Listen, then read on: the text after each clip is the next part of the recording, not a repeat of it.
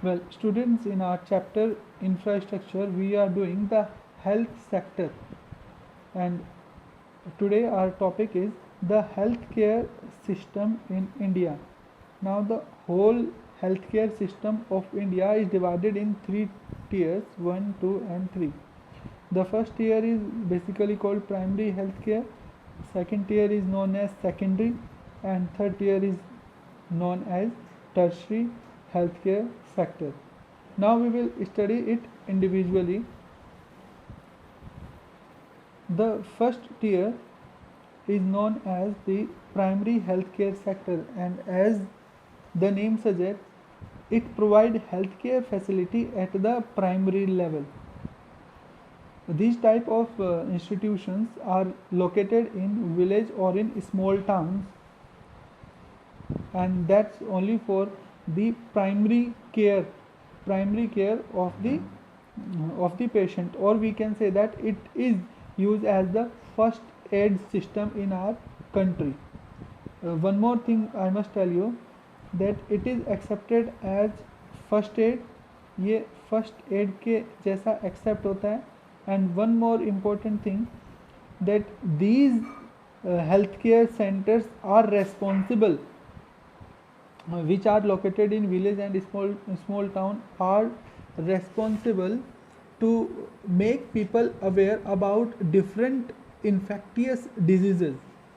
It simply means कि यही वो सेक्टर है जिसमें हम अवेयरनेस फैलाते हैं इन्फेक्टियस डिजीज़ेस से रिलेटेड, कम्युनिटी हेल्थ केयर से रिलेटेड, सैनिटाइजेशन से रिलेटेड, इम्यून सिस्टम को डेवलप करने से रिलेटेड. जो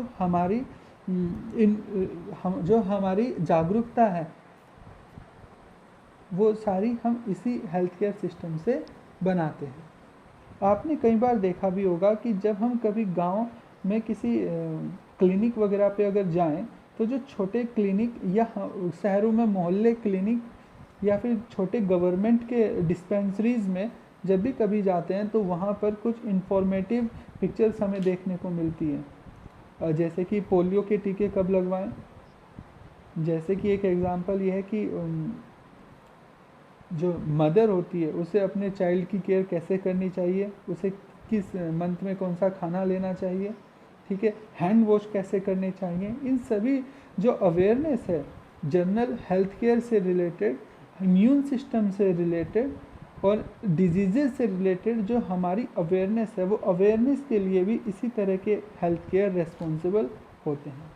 ठीक है, इन्हें कई जगह कम्युनिटी हेल्थ केयर सेंटर भी कहा जाता है और कई जगह सब सेंटर भी कहा जाता है. ये बहुत ही बेसिक होते हैं. आमतौर पे इनमें एक सिंगल डॉक्टर या कोई एक नर्स या फिर लिमिटेड मेडिकल फैसिलिटी अवेलेबल होती है हमारे पास. ज़्यादा फैसिलिटी अवेलेबल नहीं होती. जैसे मैंने बताया कि ये एक्सेप्ट किए जाते, these are accepted as first aid in our country. The second tier involve secondary health care centre. जैसे प्राइमरी हेल्थ केयर सेंटर गाँव या छोटे कस्बों में रिलेटेड होते हैं, उसी तरह से जो सेकेंडरी हेल्थ केयर सेंटर है वो नॉर्मली जो डिस्ट्रिक्ट का हेडक्वार्टर होता है उस हेडक्वार्टर में इस्टेब्लिश किए जाते हैं या फिर बड़े शहरों में लगाए जाते हैं. प्राइमरी हेल्थ केयर में तो सिर्फ बेसिक मेडिकल फैसिलिटी तक ही सीमित रहता है, लेकिन इन जगह पर सर्जरी या फिर ईसीजी जैसी कुछ और फैसिलिटी अवेलेबल हो जाती है. प्राइमरी हेल्थ केयर में केवल एक डॉक्टर या एक दो नर्स रहते हैं, लेकिन यहाँ पे number of doctor and nurses में इंक्रीज हमें देखने को मिलता है. वो लोग प्राइमरी हेल्थ केयर वाले फर्स्ट एड पर डिपेंड करते हैं. ये फर्स्ट एड से कुछ ज़्यादा है, जैसा कि हम यहाँ देख पा रहे हैं सर्जरी और ईसीजी वगैरह तक की भी सुविधा हमें इसमें मिल जाती है.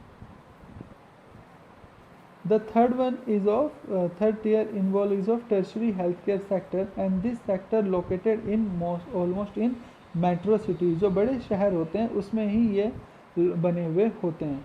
इन सेंटर्स पे हमारी कंप्लीट हेल्थ केयर हमें प्रोवाइड होती है. जितनी भी हमारी हेल्थ केयर है सारी की सारी यहाँ पे रिलेटेड होगी. इस तरह के जो सेंटर्स होते हैं वो centre maximum they are develop as research centre as per the government.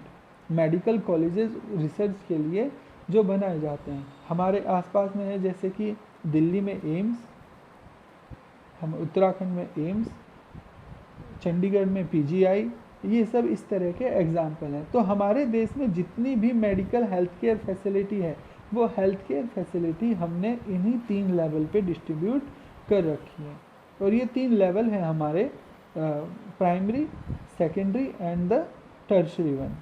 Okay, I repeat again, primary healthcare is situated in village and in remote areas. Secondary healthcare is at district headquarter and tertiary at metro cities or big cities for more population. ये बहुत ही they have limited number of Medicare facilities. Secondary education have more facility than primary one.